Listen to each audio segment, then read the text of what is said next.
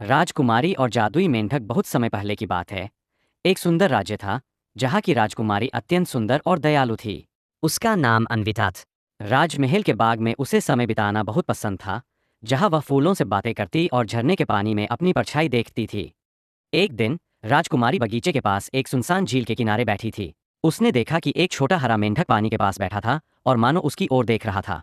वह हंस पड़ी और मजाक में कहने लगी, तुम कितने अजीब हो, क्या तुम मुझसे कुछ कहना चाहते हो? मेंढक धीरे धीरे उसकी ओर बढ़ा और बोला, राजकुमारी, क्या तुम मेरे साथ थोड़ी देर बैठ सकती हो? राजकुमारी चौंक गई। एक मेंढक बोल सकता है? यह असंभव था, परंतु उसकी आवाज में एक अनोखी मिठास थी। उत्सुकतावश उसने मेंढक के पास बैठने का फैसला किया। धीरे धीरे राजकुमारी और मेंढक की दोस्ती हो गई। हर दिन वे मिलते, बातें करते और झील के पास समय बिताते। अन्विता को महसूस हुआ कि मेंढक बहुत बुद्धिमान और समझदार है। वह उसे कहानियां सुनाता और जीवन के गहरे अर्थ समझाता।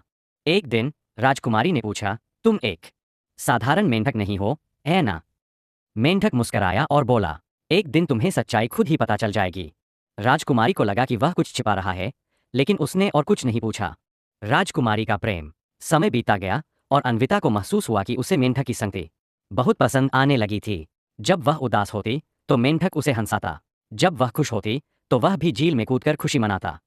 एक दिन जब मेंढक बीमार हो गया और झील के किनारे चुपचाप पड़ा था, राजकुमारी को पहली बार एहसास हुआ कि वह उसे खोना नहीं चाहती।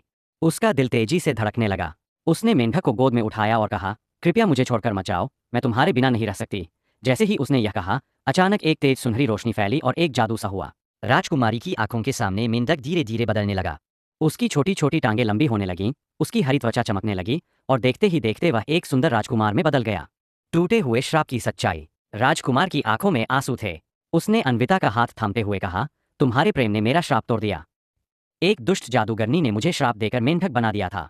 उसने कहा था कि जब तक कोई मुझसे सच्चा प्रेम नहीं करेगा, तब तक मैं मेंढक ही रहूंगा। राजकुमारी की आंखों में खुशी के आंसू थे। उसे समझ आ गया कि उसने मेंढक से सिर्फ दोस्ती नहीं की थी, बल्कि वह सच में उससे प्रेम करने लगी थी। राज्य में खुशी का माहौल। राजकुमार आरव और राजकुमारी अन्विता महल में लौटे, जहां सभी इस चमत्कार को देखकर दंग रह गए। राजा और रानी ने खुशी खुशी उनकी शादी का ऐलान कर दिया। कुछ ही दिनों बाद पूरे राज्य में बड़ी धूमधाम से शादी हुई। अन्विता और आरव हमेशा के लिए एक साथ रहने लगे और उनका प्रेम सच्चा और अनोखा बन गया। और इस तरह प्रेम की शक्ति ने जादू को हराया और सच्चे प्रेम की जीत हुई। अगर आपको इस प्रकार का वीडियो अच्छा लगा तो लाइक, शेयर और